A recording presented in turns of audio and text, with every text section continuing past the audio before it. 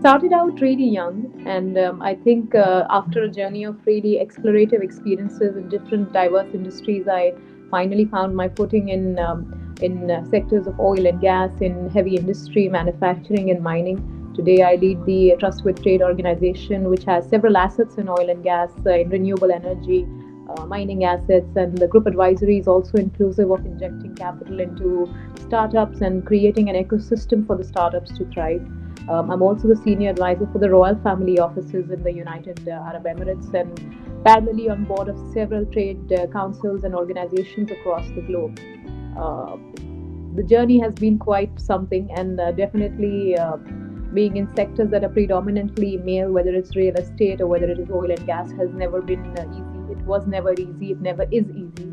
But I think with time, like you mentioned, a lot has changed, a lot has been accepted, and today we are seeing more and more women come up in sectors like these. So it's been a great transition, it's been a great shift, and every day is different. The most, I really feel that the most successful business leaders are the people who have a really diverse group of co-colleagues, and they're part of a variety of projects. They attend different meetings, speak with different people and employees, so that they're not doing the same thing each day. Our Trust with Trade organizations is headquartered in Abu Dhabi, and it is a fully 100% owned company in the UAE. As an organization, I think we've always been dedicated to provision products and services for our partners with best practices and procedures in place. That has actually helped us protect the quality of the world-class brands and the companies that are associated in our line of business. And I think in the times to come, we're looking to foster more and more of relationships so that together we can really create this great community of men and women so that, like I said, there would be the new normal would be to have a win-win for everyone who's involved. So personal and professional journey has been quite rewarding. It has been tough, but it has also been extremely rewarding in the same place. We have to commend the leadership of His Highness Sheikh Mohammed bin Zayed Al Nahyan. Really, the progressive vision of the leadership in this country has enabled women to come up and take so many positions in whether it's government or leading in private sector enterprises and so on. We're extremely thankful to the leaders who globally have made sure that we have the access, we have the opportunity, we have the access, we have the visibility. And of course, I think today we are in a place where we can inspire and motivate so many young women to come forward and do this. Any industry, I think you will have your set of challenges, whether they are predominantly male or let's say even industries where you have a lot of women participating in the fore. But you are set to have challenges if you are an entrepreneur. We have to be mentally prepared and we have to be able to understand and accept that once. If you are an entrepreneur, you've taken up your own journey, make sure that you are aware that there are going to be plenty of challenges that are going to come your way, whether it's stereotyping, whether it's any sort of innuendos that you face throughout your journey. It's all going to be there irrespective. Even if you have 100 people voicing for you, you will still have that one voice who would be going against you, and you have to learn to be okay with that. That is extremely important. So I think one of the major things that I have learned throughout has been extremely, I think being resilient is really important. You have to go on. There is giving up is never an option. I always say that, and giving up is never an option. So I think in my own individual journey, I've adopted that, and despite having a lot of backlashes and falling, I've really always had the courage to gather, and we've got a great community of people surrounding us. We've got great employees, great partners. Our chairman, my father, is extremely progressive. We are here because of the vision and the bold ambition that they have set for us. So I think as women also looked with stereotypes or with so on, but there's on the flip side, there is a great community of people also supporting us, whether they are men or women. So I think that has been, like I said, extremely rewarding, and I'm touch wood, very very blessed to be able to have such great people around. And you have to learn to take the negative criticism, but never let it consume you.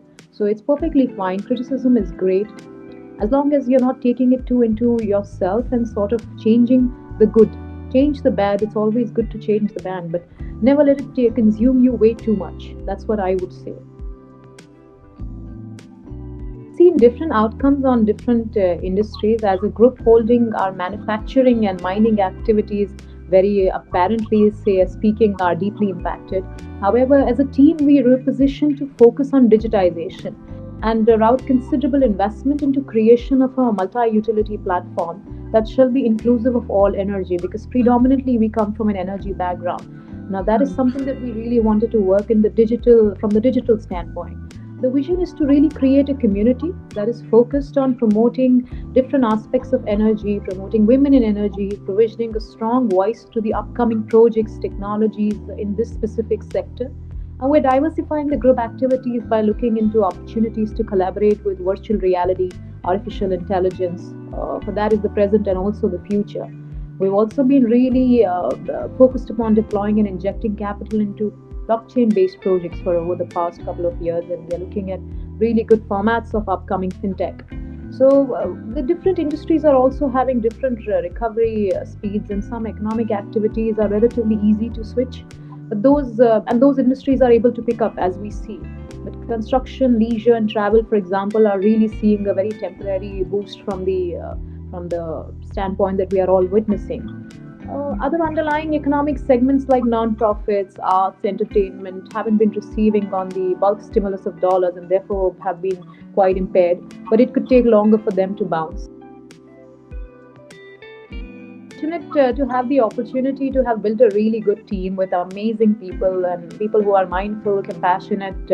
I've used my heart along the way to find the right kind of team members, because we can't work with people who you don't trust. So we've really looked into stories more than people, and I think it was just wasn't about the capability of doing a work, being mindful, and their ability to identify while being undeserved, marginalized, and not supported. So we possess intersectional identities which are privileged in some ways and marginalized in others. I think that experience, we've been able to gather a team that has been extremely great, and I think that's how we've really ensured that you have to go on. You have to somehow spring back and sort of have that inner resilience to be able to go on. And we've made sure that all our team members are looked after. None of them face any sort of emotional or mental turmoil, because these are the times where your mental health somehow is going through a really transformational period, whether you are in a secure position or not. So I think together as men and women in the organization, we've ensured that it's a more equitable standpoint for everybody to come forward, share their experiences, speak about their issues in their professional or personal life. We ensure we sit together twice a week and speak about everything at length. So I'm really thankful to have created a great team, and I think in the times to come we'll be looking to also collaborate with more and more like-minded people. For me, having a team is more of people who are like-minded, who I can learn from at different visions of their life. I think the idea I'll probably share something is that we have to value and we have to treat people with respect, even if we don't agree with them. That is extremely important. So you can always disagree with people, but you have to deal with that with extreme respect and dignity. So that is something that we have followed, and I think it's been great up until now. Definitely, the country and the economy has seen a great that there have been certain downturns because of the pandemic, and of course global efforts, and the community in the UAE resides of more than 190 nationalities. So obviously the challenges are multifold, much more than what we can anticipate, because everybody has a different method of coping up, understanding things, and to be able to get back to their families and their communities. So definitely there has been slight turmoil, and of course, but then the road to recovery has also been pretty good. The country is functioning full force, and definitely in the times to come, because of the strategies that the government has, there will be creation of multiple jobs and opportunities for so many immigrants to come make a life over here. There have been plenty of policies and practices to ensure that families move over here, not just individuals for jobs, but the entire families. There are provisions for elder care, there are provisions for children specifically, there are great academic institutions, great opportunities. The UAE and Abu Dhabi, Dubai are considered as one of the safest cities in the world. So there are reasons why it all happens, and the reason is the great leadership. Again, I think the way they have really modeled is an example for the world to emulate. And I think in the times to come, it will be great for the immigrants and for people who are looking to begin businesses, expand over here in this part of the world. It's a great place to be. It's the center, I think, for the East and the West to amalgamate, and I think we're in a great place to welcome more and more people to the UAE. Always keep have your UAE dream, because that is something everyone needs to have. Safety is first. Safety always comes first, and it's only better that the countries together are at an ease when they are looking to plan international travel. Because when you're doing that, you really need to be in the correct frame of mind when you're traveling internationally with families and kids and elderly. So it's very important that it comes at a right time. And hence, I think this pandemic has also really put down. There have been great initiatives to make focus more on virtual world, and to be able to promote more and more e-commerce businesses, because business of internet is the only business that is booming right now, very well. And to be able to accommodate virtual reality platforms of artificial intelligence, more and more virtual retail, of course, has been really taking over. So I think the year has been not bad entirely. There have been several positives to the year in terms of scalability of utilizing technology. UAE is the only country that has a blockchain strategy specifically, with about 40% transactions completely on technology. They have a vision to go paperless, cashless, and have complete formats of digital payments. So, as a country, there have been many positive, but of course, because of the global turmoil, a lot of SMEs not being able to cope up with the current times, there have been certain setbacks. But I'm certainly positive that in the times to come, all of that will change drastically.